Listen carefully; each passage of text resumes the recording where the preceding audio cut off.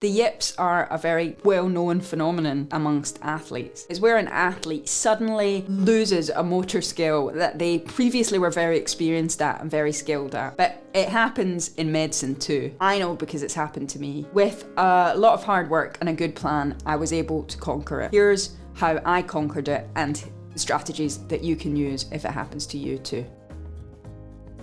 Biles experienced the Yips, or the Twisties as they're known in gymnastics, at the 2020 Olympics. And if you're a Ted Lasso fan, you'll know that in Ted Lasso, one of his footballers experienced the Yips too. I experienced my own version of the Yips. I was a high-performing paediatric trainee. I could suture reasonably well. To be honest, I didn't really think much or stress much about my suturing skills. But then the Yips hit. It was a routine shift in PTD, and I was doing a suturing procedure on a simple laceration on a child, a procedure that I'd done many times before. I was a trainee and I had an advanced nurse practitioner who was doing the procedure with me or supporting me to do the procedure. At some point during the procedure, the nurse practitioner made a very small, innocuous comment about my suturing. I think it was that I was doing the knots the wrong way or something very minor. It wasn't delivered in an unkind way. It wasn't really a huge piece of feedback, it was fine, but something about it, I cannot explain why, obviously had an effect on me, because as soon as she'd said it, my hand started to shake, and this hadn't happened to me before. I was surprised, but we were close to the end of the procedure. I finished the procedure and it was fine. But I was thinking about why this had happened,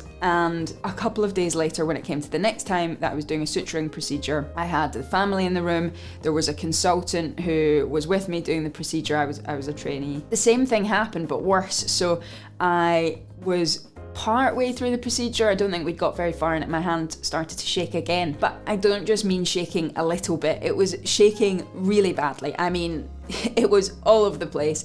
You couldn't deny it. You couldn't ignore it. And the more I thought about stopping it shaking, the worse the shaking got. It was horrendous. And actually, the family asked me to stop the procedure. They were very nice about it. They said something like, "We need someone who doesn't care so much," which I thought was a very kind way of saying it, and the consultant finished the procedure. It was humiliating. It was the most humiliating experience of my entire medical career. It was shameful. It was in front of my consultant, it was in front of the patient, but also I was questioning myself as a clinician. How can I want to do a career in PEM when I can't even do a simple suturing procedure, when I'm being asked to stop by a family? And so it really made me question everything, and of course this just made the problem worse. So I knew I had to do something. In Ted Lasso, when his footballer Danny has the Yips, he has one session with a sports psychologist and then he bounds onto the pitch and delivers an expert shot that curves and goes straight into the goal. But that is not the reality of what happened with me. I had to spend around a month working very hard to implement strategies and a plan to get back on track. And here's how I did it. Know the procedure inside out. I had done lots of suturing, but actually what I needed to do was practice. I took home a little fake skin simulation kit and a suture pack, and I practiced every day, twice a day for 5 minutes for a month. And this might seem like overkill, and it was literally just doing simple sutures, but what it meant was that I built muscle memory. It meant that doing a simple suture was completely comfortable to me. I didn't even need to think about it. My hands just did it. I knew how to hold the sutures, how to do the knots, how to tie, how to cut, whatever. And so 5 minutes twice a day for a month really helped build that muscle memory. And what that meant is when I next went to do the procedure, I didn't need to think about the actual practicalities of the suturing itself. Controlling the environment is really helpful too. Making sure that I was happy with the setup in the room where I was going to be doing the suturing, that my equipment was in the right place. I'm left-handed, so that my trolley was in the right place, that I was positioned, my chair was good, the patient was in a good position, and also to take control of the people who were in the room. So if parents were staying during the procedure, then I would say to them in a kind way but firm, you can stay in during the procedure, but you have to sit here and you're going to have to keep quiet during the procedure so that I can focus on getting the procedure done as well as I can. It might seem simple, but it just means that I feel more in control of the practical environment around me. Some practical things to stop my hand shaking. I used a technique to basically anchor my arms. This is obviously very specific to the suturing problem, but basically would have my elbows against a table, and that I was suturing like this. So rather than having everything up in the air and suturing like this, and that just practically meant that the shaking was either less likely or less noticeable. This made a big difference to stabilising my arms in a practical way and limiting the amount of shaking that would happen. I talked to my colleagues.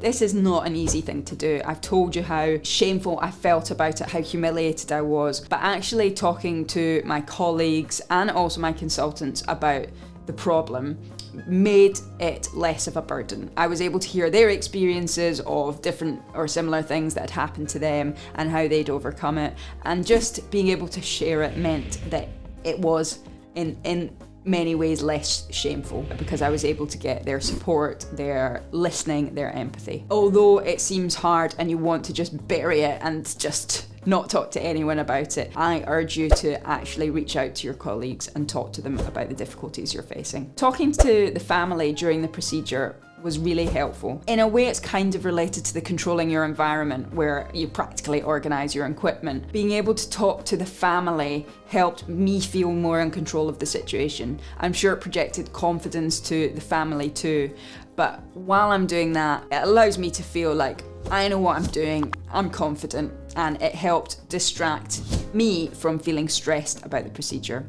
So this is a really helpful strategy. Relaxation techniques are also really helpful. This is a type of performance anxiety.